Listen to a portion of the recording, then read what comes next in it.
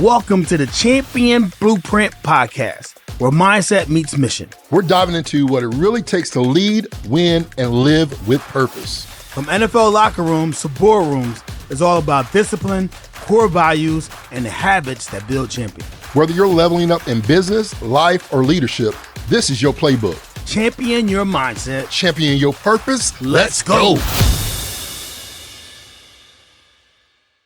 Welcome to the Champion Blueprint, the podcast. I'm George Rogers, here as always with Gary Brackett. And today we got more information. We got some feedback from a lot of people, and we're just going to talk about a few things. 3 simple things that we found out that are some of the most challenging for a lot of people. You know, it's easy to talk about our strengths. It's easy to talk about what we're good at. It's easy to talk about what we've done and accomplished. But sometimes as an organization, it's a struggle for us to talk about our weaknesses.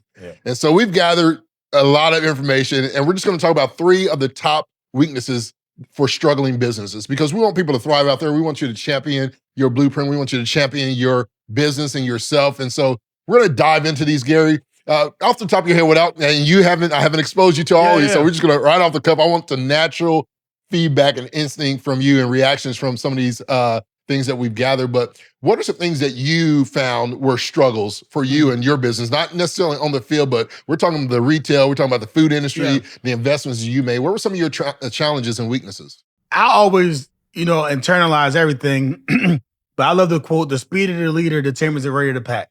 Say that again. The speed of the leader determines the rate of the pack. So anytime I feel like I would struggle and I would stop personal development, and I would, stop like going to conferences or getting coaching, that type of stuff. And I started to like either stay neutral, stale, or decrease. So would the organization, so would the team. Yeah. So I think it's this thing we talk about all the time. Get your accountability partner, iron sharpens iron, and staying with the right people, with the right coaches and things like that. Because as a leader, like you got to lead from the front. Yeah. Leading from the front is so important because it's a reflection of you. As you said, like everything is just a reflection of how you are. If your momentum is dry, your team's going to be a little bit dry. Right. Eventually, even if you have high energy, I'm a high energy guy. I want to be involved. I want fast pace. I want there to be motion. And one of the things that's a struggle for people is that just moving in motion doesn't mean that you're moving forward. Yeah. And people want to actually, at the end of the day, move forward. And so when you're moving in motion, and you realize, man, I'm doing the same. I'm beating the same drum, and I'm standing in the same place. There's no momentum. Then I get tired, there's a quote I love. It. John Wooden says, "Don't mistake activity with achievement." And I think so many business owners are doing what you said on that treadmill, moving, putting out fires, doing. I'm busy. I'm doing all this stuff, but you're not achieving anything. Yeah. So let's jump in here. Number one. One at the top, and this is most business, so we're not saying this is all business. We're saying these are 3 things top businesses struggle with and their weakness. Number 1 is strategic alignment, a lack thereof. Yeah. When we talk about a lack of alignment, think about it from my perspective. I'm thinking, man, if your wheel alignment on your car is off, the way the direction it goes, right? Yeah. You talk about how it affects your progress. Yeah. You talk about how it affects even staying in your lane. Most often somebody's trying to grab a drink. We do not condone you grabbing your phone, but every once in a while you grab your device. You're doing stuff, and then just a second off your wheel with a bad alignment can derail you and get you out of your lane. Yeah. And so the importance of alignment in a business. First off, why do you think this is an issue? And then what is the purpose and the importance of being aligned? The reason it's an issue because it's not constant and clear communication.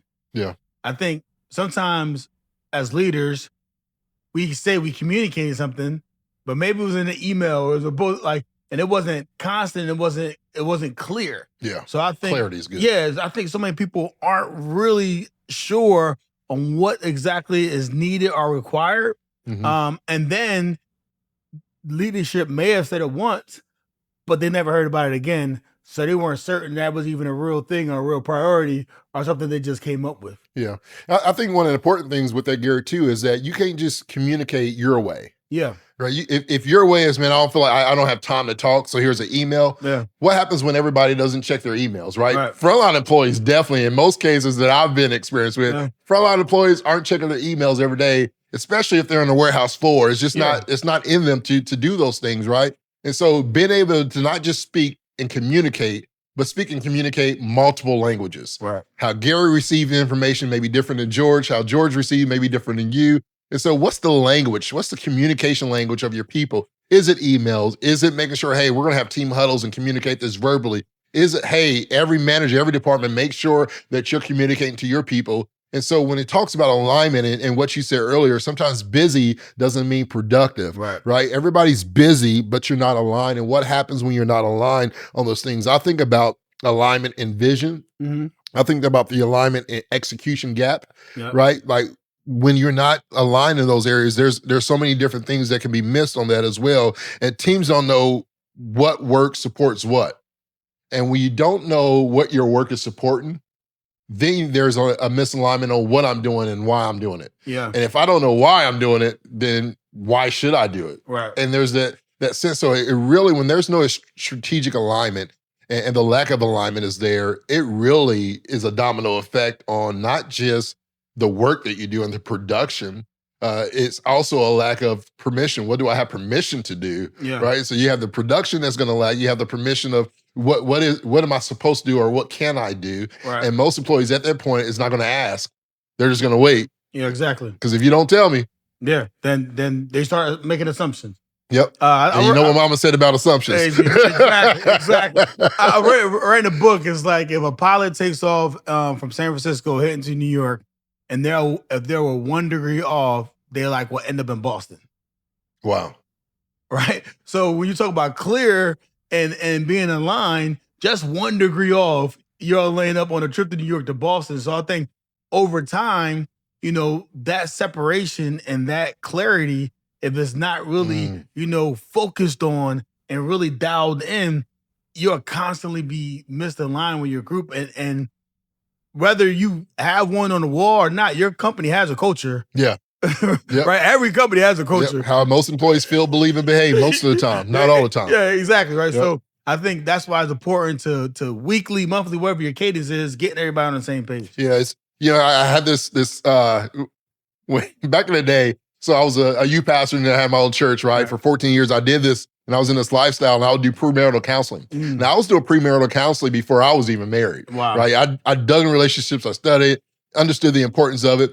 When I got in a relationship and then engaged to my wife, one of the things that we did was went canoeing. I don't know. Have you gone canoeing? Oh yeah. All right. So we're in a canoe and you have to communicate. Yes. Right. And the thing about canoeing, and I say this, if you are in a relationship right now, you don't know whether or not you want to pursue and go to the next level with that person, go canoeing. Wow. If you can survive the canoeing trip, you can get married. That was my rule. After I went canoeing, I realized, man, nobody, no matter what I say in this 4 to 6 weeks of premarital, the action that you had to do was go on a canoeing trip. Wow. And I wanted to hear feedback. I got one-on-one with each one of them. I got them back together because communication is so vital in canoeing because you have to be able to know when and what direction, right? Who's doing what. And it was important. I'd never been canoeing before. And I sat in the front thinking, all right, I'm in front. I'm be able to, the person in the back steers the ship, right? And in most cases in business, we think leadership is always in the front. Leadership is really, if you want to steer the vision, be back and see what your people are doing. Know when to turn, right? Know when to hold, know when to fold. And I think about canoeing, I think about rowing. And you see all these rowers, especially in the colleges, like in Olympics. I mean, they're all in sync and in unison. And you said another C word that aligns with this. It's not necessarily about communication. Most businesses communicate. That's step one. The least you can do is communicate. And then the number two is find out the right, proper communication for each employee. But the third thing with communication that we struggle with, that those companies that are struggling with the lack of alignment are not necessarily just struggling with lack of communication. They're struggling with the lack of communication with clarity. That's the important part. And that's what you said. Communication doesn't always equal clarity. And you got to make sure there's clarity there. And that clarity comes from understanding and knowing your people. Making sure you're rowing. It just, I remember on, I think it was like White Man Could Jump. and it's like Rosie Perez. Yeah. Like, do you listen to it or do you hear it? Yeah. And like they're two different things. Yep. So you definitely got to hear communication and make sure it's clear. Yep. The number two. So we got the lack of alignment, right? Number two is reactive people strategy. Wow. Reactive people strategy. I met this guy, Jeff, out of Wisconsin. I actually had the opportunity to speak with him at our HR summer school this year. And one of the things that he uses analogy of the fire extinguisher, right? Because a lot of people in HR and in leadership, it seems like they're always just putting out fires, right? Especially in the HR. Like your job, hey, make sure this is taken care of, make sure these people are taken care of. Anything dealing with people, they assume that is an HR responsibility. And Jeff talked about being proactive and not reactive. Proactive in work is having systems and strategies and alignment, the number one. Yeah. And he talked about, the importance of, hey, we have a fire extinguishers in our buildings, not because the building's on fire and we got to be ready. We have fire extinguishers in the building because we're proactive just in case something does happen, right? Talk a little bit about the importance of being proactive versus reactive. Yeah, I know, especially in C-level roles, some people feel like they can never get ahead and never get their work done because they're constantly putting out fires. Yeah. And I think oftentimes those fires are reactive because they don't have SOPs in place. Yeah. They don't have chain of commands in place. Yeah. Or they want to micromanage and make sure like, hey, I'm just checking back in. Like, no, I'm doing it, and it's going to get done. So I think, from a leadership perspective, just making sure that you have SOPs, you have things in place so then that you can think for the business. You can make decisions that are going to push the business forward as opposed to just like the worst thing, you talk about canoeing. Yeah. The worst thing that can happen in canoeing is if you fall off the canoe. Now that's a whole lesson in the podcast in itself, trying to get back in the boat. That happened on my trip. I didn't worry about her either. I was wear my shoes and wear my sunflower seeds. Right. Right. So, but staying above water, learning how to tread. But like you said, when that cane is going, that rhythm, and just making sure, you're being proactive so your day is not getting hijacked. Yeah. And in most cases, the struggle with some of these businesses that are struggling with these weaknesses is that they also treat people operations like a cost center, like a call center, not necessarily a growth driver, but it's a call center. And so making sure I always say, inspect what you expect. Like, what are you expecting out of your people? Yeah. What are you expecting out of this business? And be proactive. This goes from the start, right? Once you have your vision, everything laid out, this goes from, why am I sitting down here interviewing Gary and what is he going to bring to the business, right? It goes start from the hiring process, right? And being proactive on, I'm not hiring just for a need. I want to know how Gary aligned his values. What are your values? Yeah. This is our company values. Do you see how these can meet? I want to know that from your perspective. And then I can share, hey, from the business perspective, I love this value about you, Gary. And I think that value aligns with our mission to drive the business. Or Gary, you're passionate about family. One of our core values is to care for people and our customers, right? So there is an alignment there. We care for you as an individual, not just because of what you're going to bring to the business, but we just care for you because a healthy Gary, physically, mentally, and emotionally, financially, is best for business here, where we're going to be able to grow. And so being proactive from the hiring and investing, I think about, one of the things we were talking about is, making sure you're taking care of your employees and not just taking care of them once you realize, one, they're burnt out, or two, they're about to knock on your door and say, hey, I'm out of here. Yeah. But making sure you're recognizing your employees, giving that feedback towards them, but also recognizing their pocketbook. Yeah, financially. Yeah, financially taking care of them.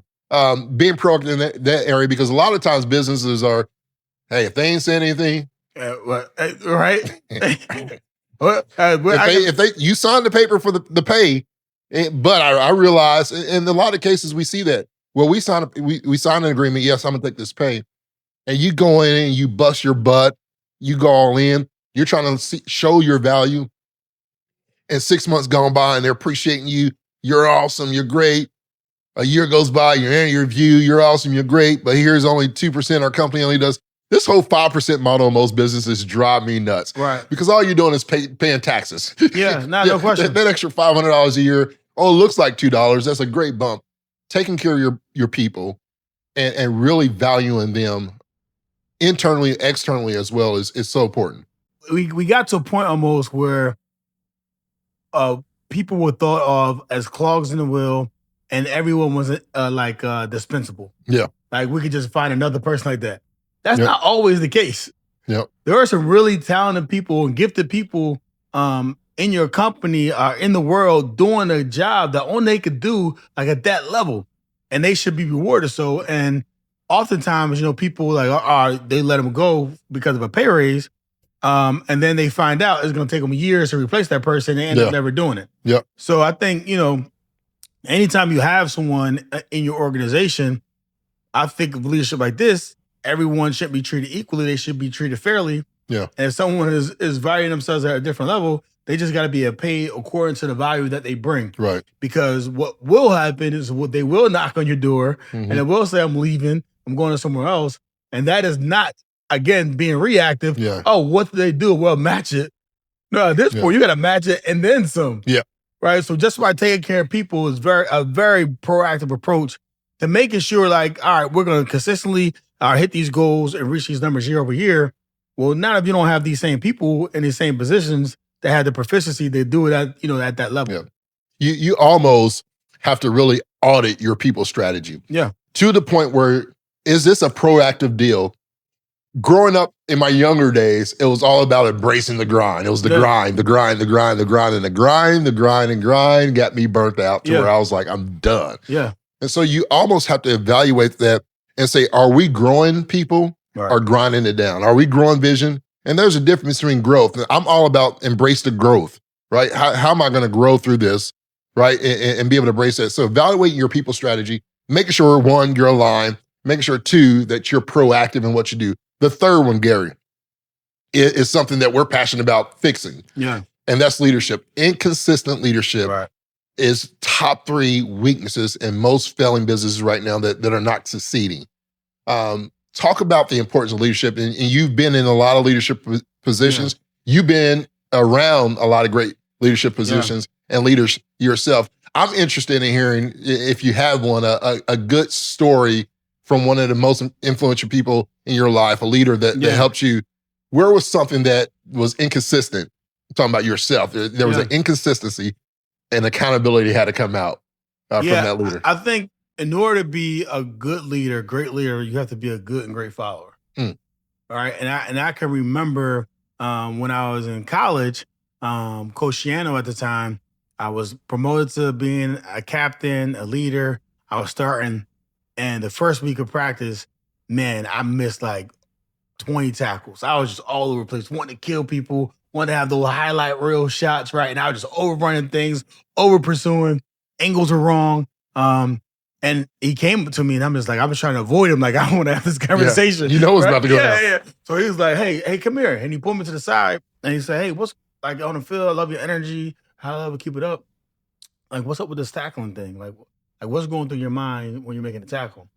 And I'm dejected. I'm like, I didn't want to hear this conversation, but I'm thinking like, man, I'm just thinking, I don't want to mess up. I don't want to make I don't want to miss a tackle.